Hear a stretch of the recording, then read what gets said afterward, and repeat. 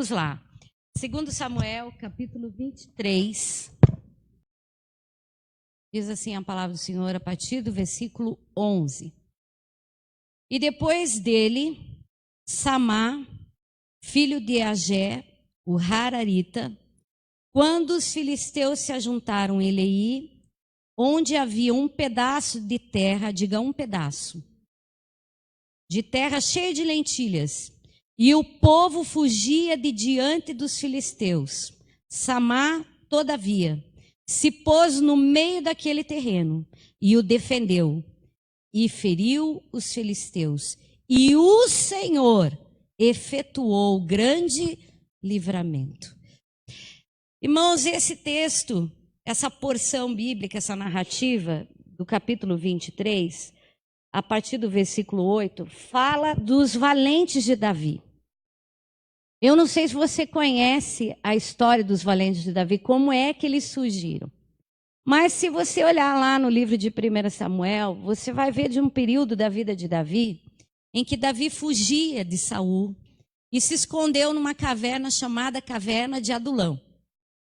E quando ele esteve escondido ali, a palavra do Senhor diz que ali naquele lugar chegaram muitos homens de má fama, endividados, perdidos, sem esperança, e se uniram a Davi.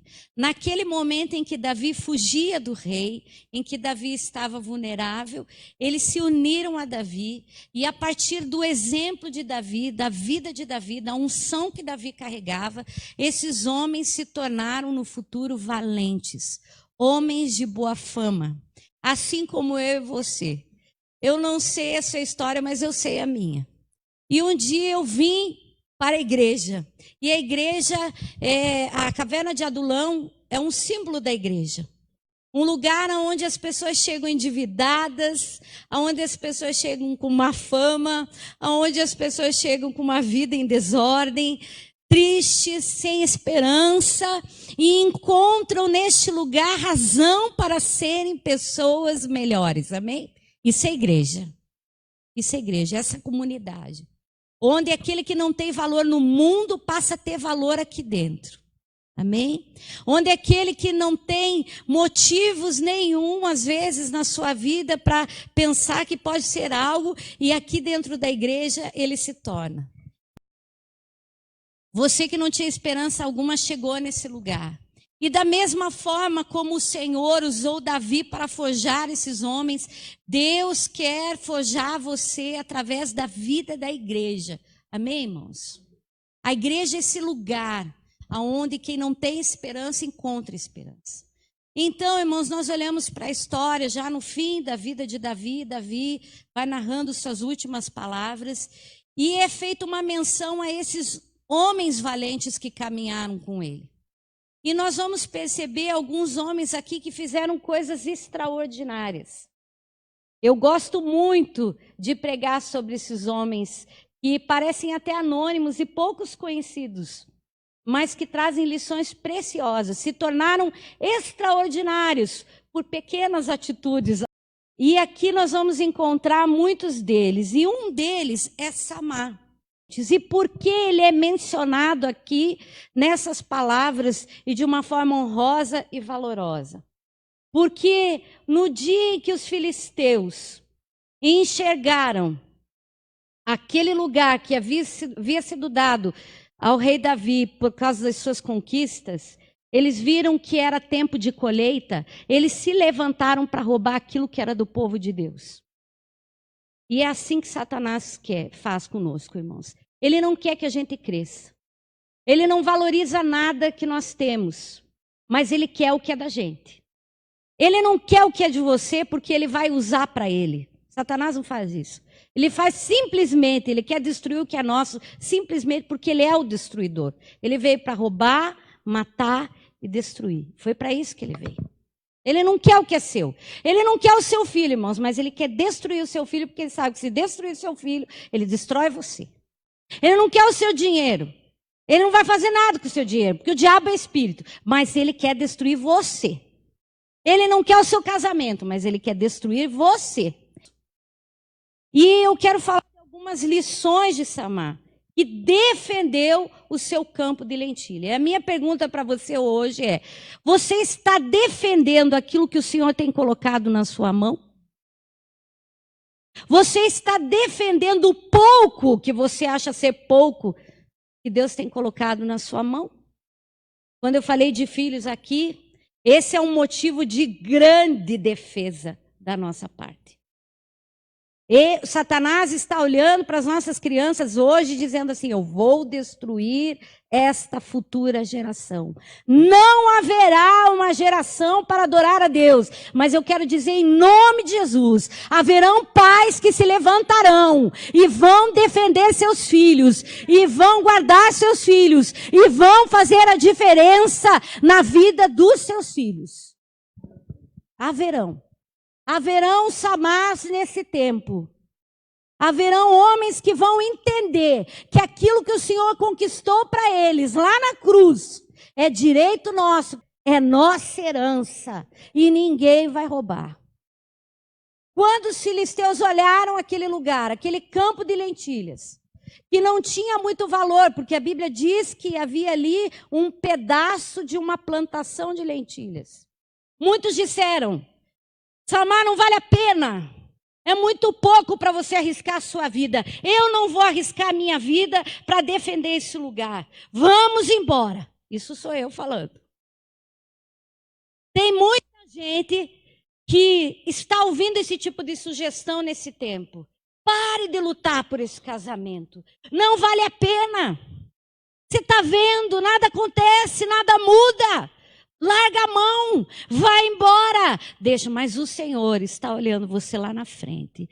Será que haverá um memorial escrito a teu respeito pelo teu posicionamento hoje diante da adversidade? E aí eu quero falar de algumas lições que a gente pode aprender com Samar. E talvez para mim a lição mais significante aqui é que Samar chamou para si a responsabilidade, irmãos. Quando algo está vindo contra nós, e o que está vindo parece ser maior do que nós mesmos, alguém precisa se levantar e dizer assim: eu vou lutar. Ninguém está afim, ninguém quer, ninguém faz, eu vou fazer. Nessa casa está todo mundo indiferente, nesse trabalho está todo mundo indiferente, nesta igreja está todo mundo indiferente, eu não estou. Eu vou tomar a responsabilidade. Sabe por quê, irmãos? Porque quando nós nos sentimos responsáveis por algo, nós lutamos por esse algo. Quer um exemplo? Simples. Vamos imaginar que eu mando a Débora pequenininha, hoje ela já está uma mocinha, para você cuidar, ou moça mesmo hoje. Malia, eu vou te dar a Débora, você vai para a praia, mas não deixa ela entrar no mar. Eu quero que você cuide dela. Você vai soltar a Débora lá para dar qualquer coisa? Por que você não vai fazer isso? Sua responsabilidade.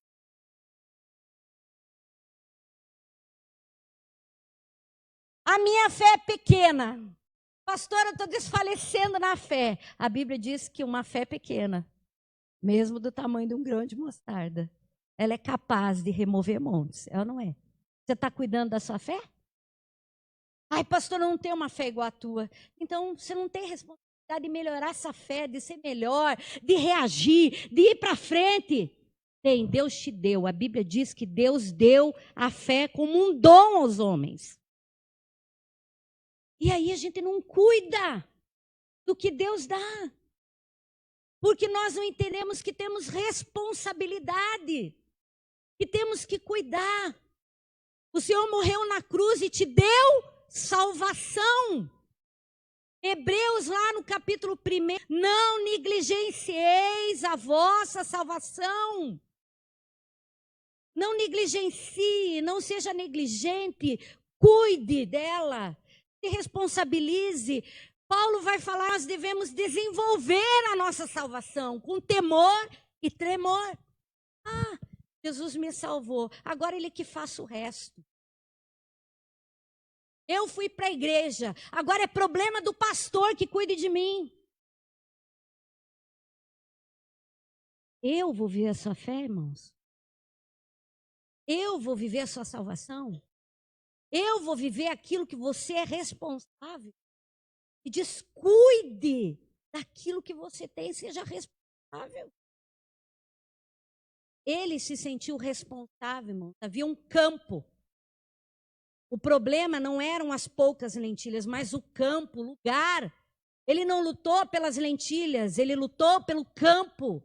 Porque agora tinha uma coisa sem valor, mas aquele campo poderia produzir coisas de grande valor. Às vezes a gente não dá valor para algumas coisas, porque nós não estamos enxergando algo produtivo ali, mas o Senhor está vendo e Ele quer que você tenha um coração de conquistador. Ele quer que você tenha um coração de alguém que não abre mão do que tem.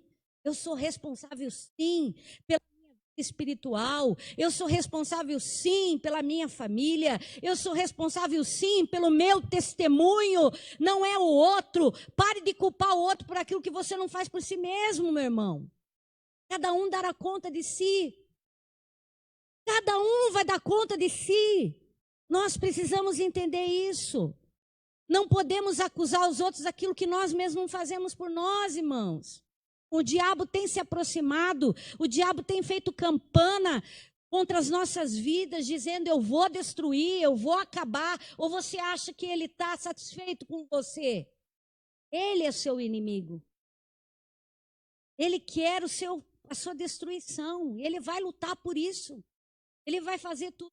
Mas a partir do momento que eu sei que eu tenho que ter responsabilidade com aquilo que Deus coloca na minha mão, irmãos. Ah, aí sim, Deus pode fazer grandes.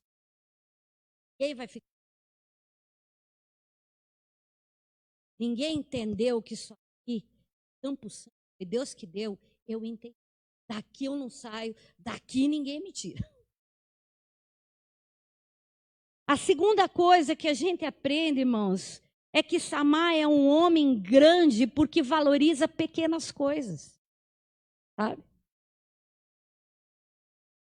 A palavra do Senhor lá em Mateus, capítulo 25, versículo 23, diz assim: ser fiel no pouco e sobre muito te colocarei. Mas é tão pouco, Senhor. Saiba, irmãos, que as pequenas coisas são as grandes oportunidades que Deus coloca na tua vida para tornar você um homem e uma mulher. O campo era de lentilhas. Não era um campo que estava dando ouro, não era uma mina de ouro, não era um lugar que estava produzindo, sei lá, uma planta de alto valor, mas era um campo que Deus havia. Não despreze, diz a palavra do Senhor, os pequenos começos. Não despreze, irmãos, as pequenas coisas. Sabe por que as pessoas desistem? Por que as pessoas fogem? Porque elas não valorizam as coisas pequenas.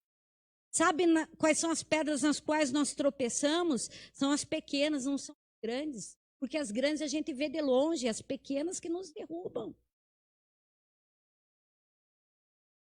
Nós precisamos entender, irmãos, que a gente precisa aprender a valorizar o pequeno que Deus nos coloca, mas não os pequenos defeitos. Entende? A gente às vezes valoriza os pequenos defeitos, mas não as pequenas virtudes. Nós precisamos ser grandes, irmãos, porque valorizamos pequenas coisas.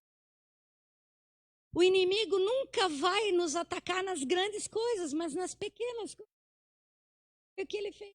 Quero o teu campo de lentilha. Eu quero aquilo que não tem valor para você. Tem gente que diz assim, a coisa mais importante da minha vida é o meu filho.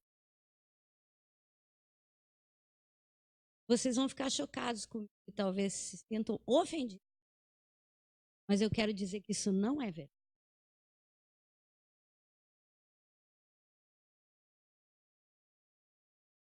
Porque eu não vejo muitos pais responsáveis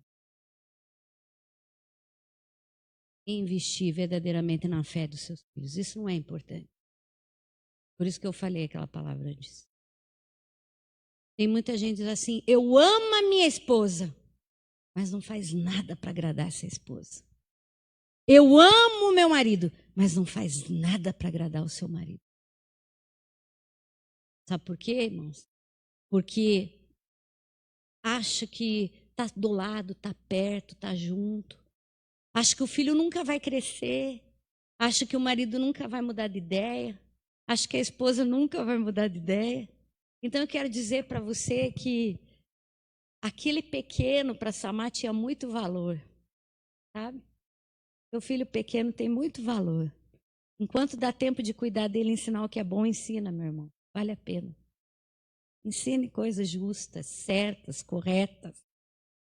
O inimigo nunca vai atacar nas grandes, irmãos, mas nas pequenas. O inimigo não suporta o seu crescimento, como a gente falou. Então, toma conta da sua vida. Valorize. Valorize o pequeno. Valorize. Hoje nós somos aqui 100 pessoas, 50 pessoas, 80 pessoas, não sei. Valorize. Nós éramos 5, né, Jaci? Quem acreditar? Ontem que a gente ia ter, ontem líderes lá, um monte de líder lá em casa. Quem acreditar? Não é? Mas a gente valorizou os pequenos começos. Eu nunca preguei diferente para 100 pessoas, ou para 10 pessoas, ou para uma pessoa. A minha pregação sempre teve o mesmo nível, para 5, para 10, para 1.000, para 500. Porque já preguei para esses 3 públicos. Nunca mudou, irmãos. Nunca ninguém foi indigno de ouvir o melhor que Deus tinha através da minha vida. Isso vai tornar você grande. Você é fiel no pouco, irmão. Você é fiel no pouco? O pouco que Deus tem te colocado. Ah, mas eu só cuido da porta. Para alguns pode ser pouca coisa. Biblicamente, cuidar de porta era uma grande coisa. Às vezes a gente não entende, irmãos. Ah, mas eu limpo o banheiro. Olha, valorize, irmãos. Porque Deus está olhando você. Davi estava lá quando Golias olha para ele e diz assim, quem é você que vem contra mim?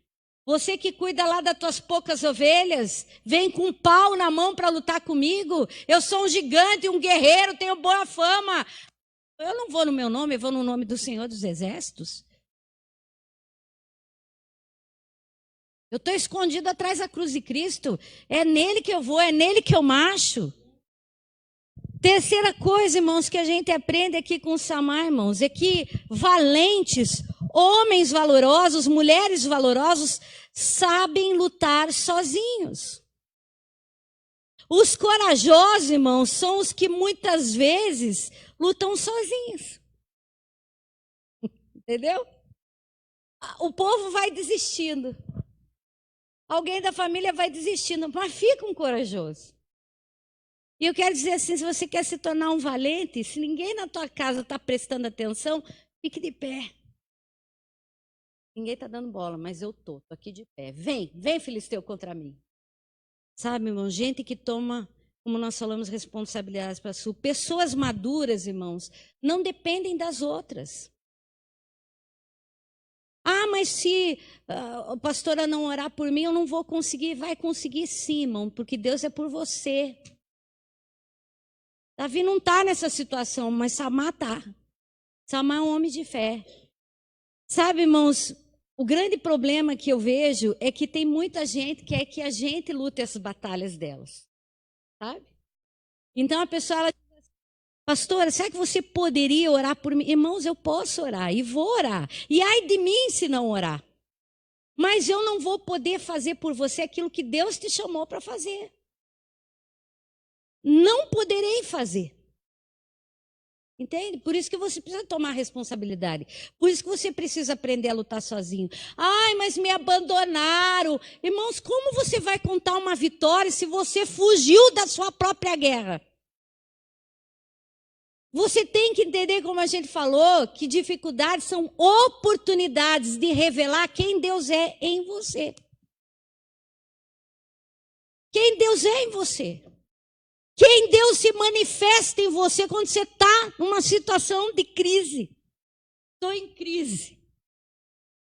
Então, é o seguinte, eu vou ligar para o pastor, vou ligar para a irmã Rose, para a irmã Irene, que oram bastante, e vou dizer a elas que orem por mim. Orem por mim. Não, irmão, é com você. O problema chegou para você, não foi para elas. Dá para elas ajudarem? Dá para elas serem retaguarda? Dá. Mas o problema chegou para você. Não foi para elas. Vocês estão entendendo o que eu estou falando, irmãos? É você que vai orar. Você que vai começar a dar o primeiro passo. Estou aqui, Senhor.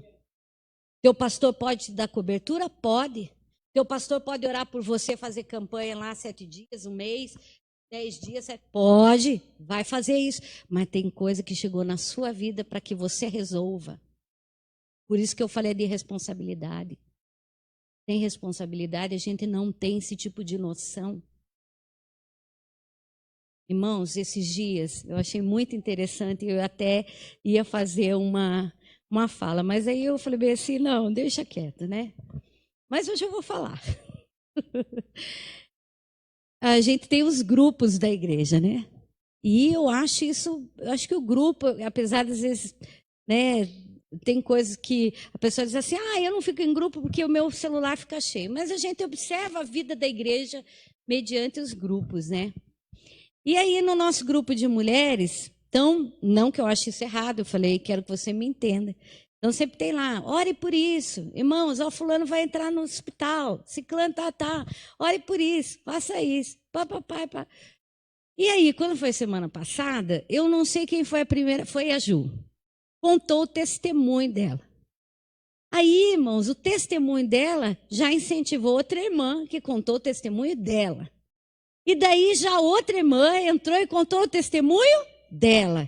E foi tão diferente aquela semana. Vocês não perceberam, mas eu percebi. E as mulheradas deram uma reagida, irmãos. Às vezes a gente fica assim, ora por mim, ora por mim. É luta.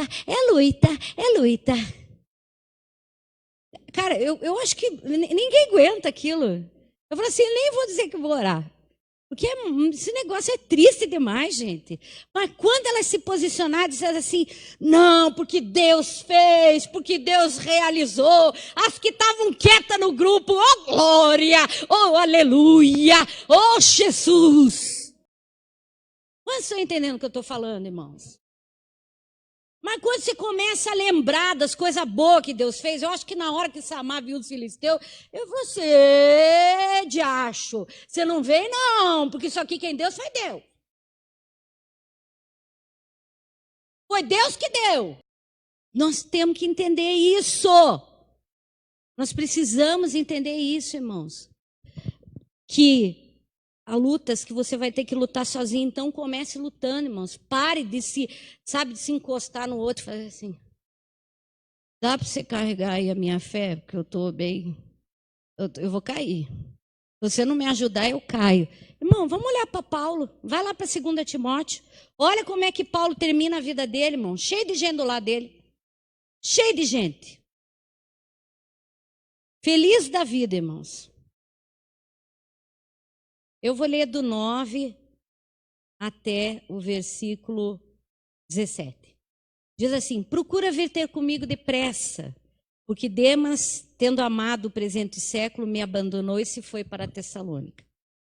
Crescente foi para a Galácia, Tito para a Dalmácia. Somente Lucas está comigo. Toma consigo Marcos e traze-o, pois me é útil para o ministério. Quanto a Tíquico, mandei até Éfeso. Quando vires, traz a capa que deixei em Troade, em casa de Carpo, bem como os livros, especialmente os pergaminhos. Alexandre o latoeiro causou-me muitos males. O Senhor lhe dará paga segundo as suas obras. Tu guarda-te também dele, porque resistiu fortemente às nossas palavras. Na minha primeira defesa, ninguém foi ao meu favor, antes todos me abandonaram. Que isto não lhe seja posto em conta.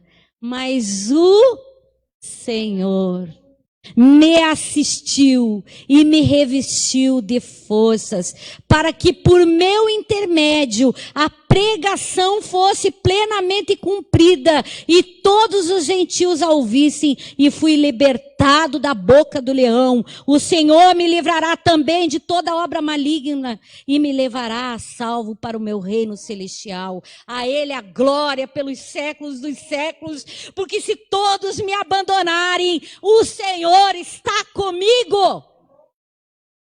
Se Deus está com você, você tem maioria. Irmão, não me liga, não me visita. Está comigo. O Senhor cuida de mim, Ele vai me livrar desta obra do mal, desse momento ruim que eu estou vivendo. Eu não estou sozinho, Ele disse que jamais me deixaria. A Augusta ficou quase 3 meses em casa. Eu não posso visitá-la, não pude visitá-la, sou amiga dela. Não quer dizer que eu amava menos. Mas eu sei que Deus estava com ela. O Senhor a consolou. Quantos de nós aqui, irmãos? Cristo é o teu consolador. Cristo é o teu amigo, presente de todas as horas. Se Cristo comigo vai, eu irei. Samar falou, não estou sozinho. Quando Deus está com você, a maioria está com você. Então, ele fez 3 coisas que a gente vai ver aqui, irmãos, que são tão importantes para a nossa vida. Ele se posicionou. Chegou o teu tempo de posicionar. Alguém aqui está enfrentando alguma guerra? Quem está? Então, se posicione. A Bíblia diz que ele se colocou no meio. O meio aqui, irmãos, representa aquilo que eu falei. A batalha é sua. Então não chame a Marli para resolver ela. Ela é sua. Coloque-se no meio. Chame a responsabilidade. Coloque-se no meio. A Bíblia fala que ele se pôs no meio. Ele pegou a sua espada.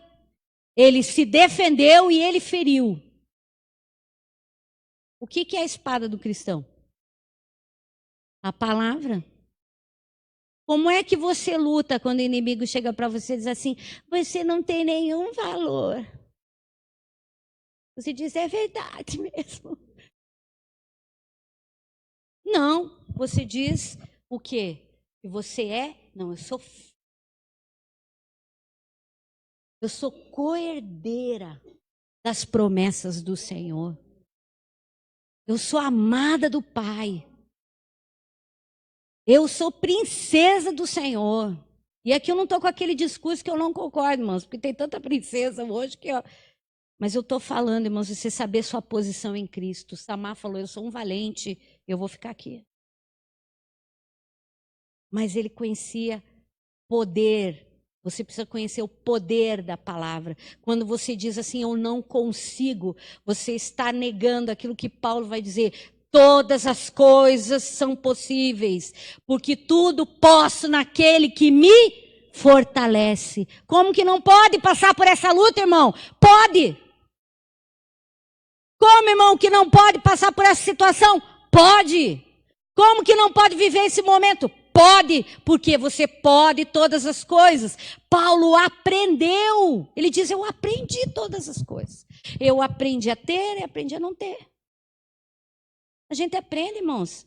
A vida ensina a gente muitas coisas. A gente aprende, às vezes, que não pode gastar demais. A gente aprende que não pode ter algumas coisas em algum momento da vida. A gente aprende algumas coisas difíceis de serem ensinadas para nós. Mas a gente aprende, irmãos. Amém? Deus nos ensina. E Deus cuida da gente de forma extraordinária. Ele cuida. Se defenda. Satanás está vindo, você tem a palavra. Então eu quero, mais uma vez, outro apelo aqui. Conheça a palavra, irmãos. Gente, que geração. Hoje vocês vão ficar tristes comigo. Mas que geração que não sabe nada de Bíblia.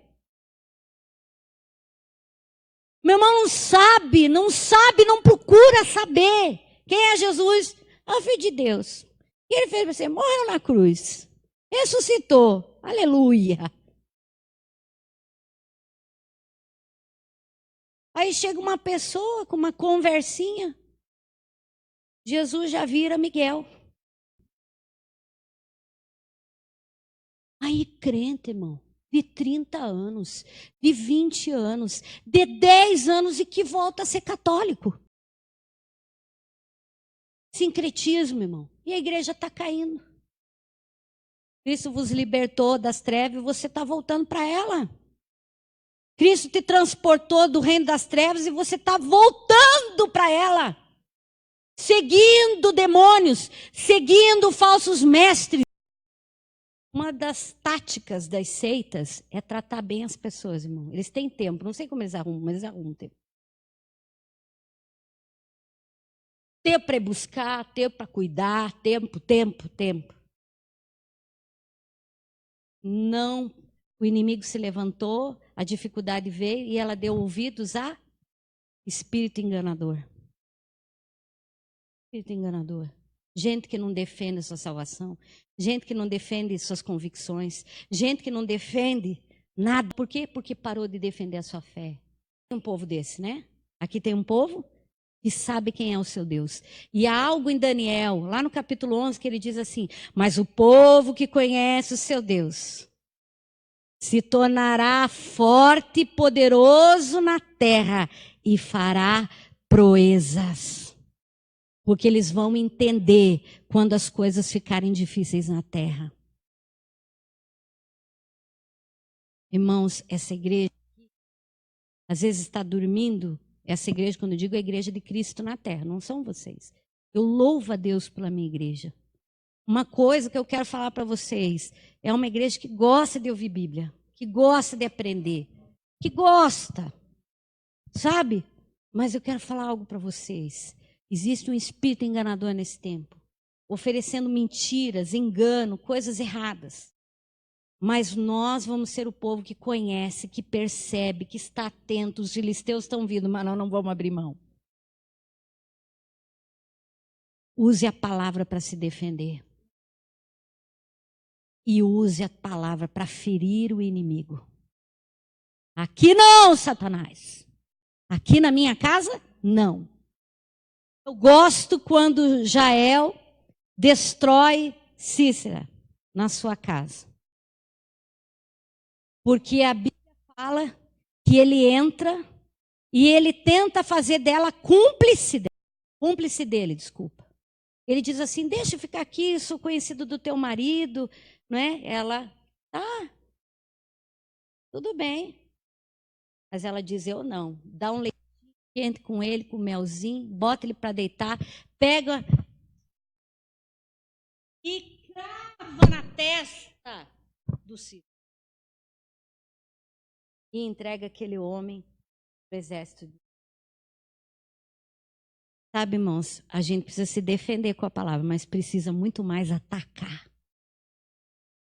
Sabe por que nós estamos perdendo tanta gente? Porque a igreja não fala mais a verdade, não prega mais a palavra. Então a gente não sabe atacar. Dizer, está errado. Não é assim. É desse jeito. É dessa forma. Você chega lá com autoridade e você põe o demônio para ficar quieto no nome de Jesus, porque o Senhor é com você. A Bíblia diz: eu vos dou autoridade para você curar enfermo, expulsar demônios. Se beber algo mortífero, não lhes fará mal algum. Você tem autoridade. A palavra te dá autoridade para ferir o inimigo. Mas você tem que ferir o inimigo. Satanás, eu tenho poder e autoridade. Fica quieto. Isso é você, igreja, não é a pastora. Isso é você, meu irmão. Você tem autoridade. Mas você precisa conhecer a palavra. Se você tiver em obediência, se você conhecer o seu Deus, quem vai poder contra você, meu irmão? Agora, se você está vivendo uma vida cheia de brecha, cheia de engano, cheia de erro, nem se levante, irmão, para você não tomar uma coça dele. Agora, se você está em obediência, se você vive para Deus, você tem uma vida de oração, de jejum, você conhece a palavra, Olha, irmão, ninguém vai poder com você. No nome de Jesus. E a última lição que a gente aprende aqui, irmãos, que o Senhor o livrou daquela guerra. Então, o que nós vamos aprender, meus irmãos, é que Deus lutará suas guerras, mas não sem você. Amém? Para concluir. Deus vai lutar suas guerras, mas não sem você. Então não adianta. Pastora, ora lá, porque amanhã eu vou fazer um concurso. Estude, eu vou orar. Pastora, amanhã eu vou fazer um concurso. Se prepare, vá com uma roupa decente, penteie o cabelo, toma um banho, passa uns perfumes. E eu vou orar por você. Essa é a sua guerra. Pastor, estou tendo problema no meu casamento. Fica quieta. Fica quieta. Fica quieta. Ora, e eu vou orar por você.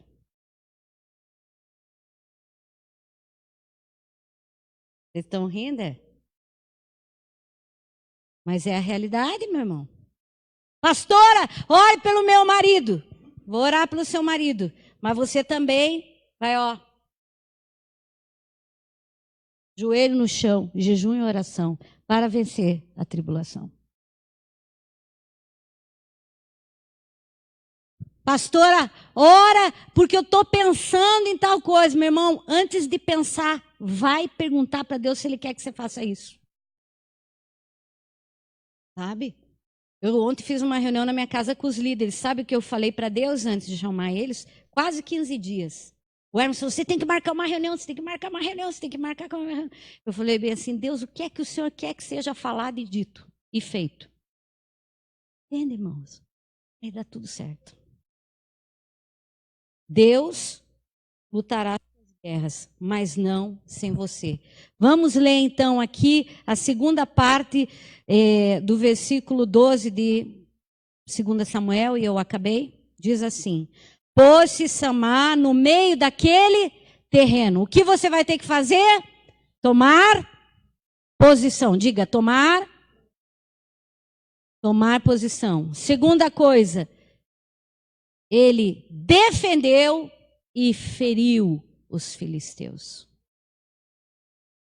A Bíblia diz: resistir ao diabo e ele fugirá de vós. Mas tem hora que você tem que ir para o ataque. Nós começamos a sentir uns movimentos estranhos dentro da igreja, uns sentimentos, umas reações. Sabe o que a gente fez? Nós marchamos. Nós nos posicionamos. E Deus deu a vitória. E não foi resposta pouca, né, sogra? Não foi resposta pouca. Foi coisa grande que Deus fez no nosso meio. Coisas grandes. Mas teve um povo que ficou. Era a maioria, irmãos? Não era. Mas o Senhor lutou a nossa guerra. Porque nós fizemos a nossa parte. E o Senhor, diga, efetuou grande livramento. Quantos querem vencer suas guerras? Quantos querem que Deus construa um memorial a seu respeito? Porque no dia da tua luta você ficou de pé. Quantos, irmãos? Eu quero dizer uma coisa para você. Deus nessa noite está dizendo o seguinte: filho, coloquei isso na sua vida. Não para que você desista, mas para mostrar o meu poder através de você. Se permita, irmãos, a tua história terminar como a história de Samar. O Senhor efetuou o seu livramento. Mas eu fiz a minha parte. Gente, acho que a coisa mais frustrante para um pastor, para um líder, é você ouvir: pois é, está acontecendo tal coisa. E aí você diz: mas o que você está fazendo para mudar isso? Então, irmão, pega sua espada. Luta com ela. Se defende com ela. Seja um herói da fé, como os valentes eram. Os heróis se sacrificam. Os heróis dão sua vida. Quantos milhões, bilhões foi arrecadado com Vingadores Ultimato? Pelo que eles estavam lutando? Para salvar a humanidade. Eles tomaram a responsabilidade para eles. E alguns daqueles heróis morreram para salvar. Alguém tem que pagar o preço. Você vai pagar o preço? Você está em guerra? Você vai pagar o preço? Vamos ficar de pé? Levante-se! Toma o teu leite e anda! Toma posição, meu irmão. Faça a sua parte. Faça a sua parte. Deus vai lutar suas guerras. Mas você vai ter que participar dessa batalha. E eu quero orar pelas tuas batalhas nessa noite. E eu queria que você profeticamente pudesse dar um passo de fé. E dizer assim, Senhor, eu venho para esse altar nessa noite, porque eu creio que o Senhor está neste lugar, está me chamando para tomar posse desta palavra, pegar a minha espada e me posicionar. Como é que tem sido o avanço do inimigo na tua história hoje, nesse tempo? Você está vendo ele? Ele já armou campana e ele está dizendo, ei, Augusto, eu estou indo, hein? Ai, não, por favor, não vem, não vem. Não, eu vou me posicionar. Eu vou fazer a minha parte, porque Deus vai me livrar dessa prova. O Senhor vai quebrar o arco, despedaçar a lança e pôr os carros no fogo, porque Ele é meu refúgio e fortaleza. Ele é o Senhor da guerra e Ele vai lutar as minhas guerras. Se o Espírito Santo falou com você, meu irmão, de alguma forma, eu gostaria que você pudesse fazer o que Samar fez. Você que está tendo uma consciência clara de que o inimigo declarou guerra. Ele está de olho no que é teu. Não importa o nome que tenha. Não importa o nome que tenha. Mas ele declarou guerra. Ele disse, eu vou acabar com você. Você vai se posicionar e vai dizer assim, não, Senhor, eu estou indo para esse altar.